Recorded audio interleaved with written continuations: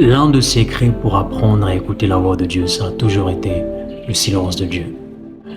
Beaucoup de gens ont du mal à écouter la voix de Dieu et le problème, ce n'est pas qu'ils ne prient pas bien, le problème, ce n'est pas qu'ils ne jeûnent pas.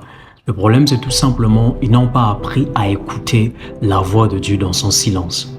Si tu veux que Dieu, ou si tu veux apprendre à écouter la voix de Dieu, apprends déjà à écouter la voix ou à comprendre la voix de Dieu même dans son silence. Le silence de Dieu a un message, le silence de Dieu a une prophétie, le silence de Dieu est une leçon, le silence de Dieu est une école. Et tous ceux-là qui ont appris à écouter la voix de Dieu, ce sont des hommes et des femmes que Dieu a rassasiés pendant longtemps de son silence. Et lorsque Dieu est silencieux, c'est un appel à apprendre à connaître sa voix de plusieurs manières par lesquelles il veut parler à un homme. Et si tu apprends à écouter la voix de Dieu dans son silence, tu apprendras à écouter la voix de Dieu par peu importe la forme avec laquelle elle va se présenter à toi.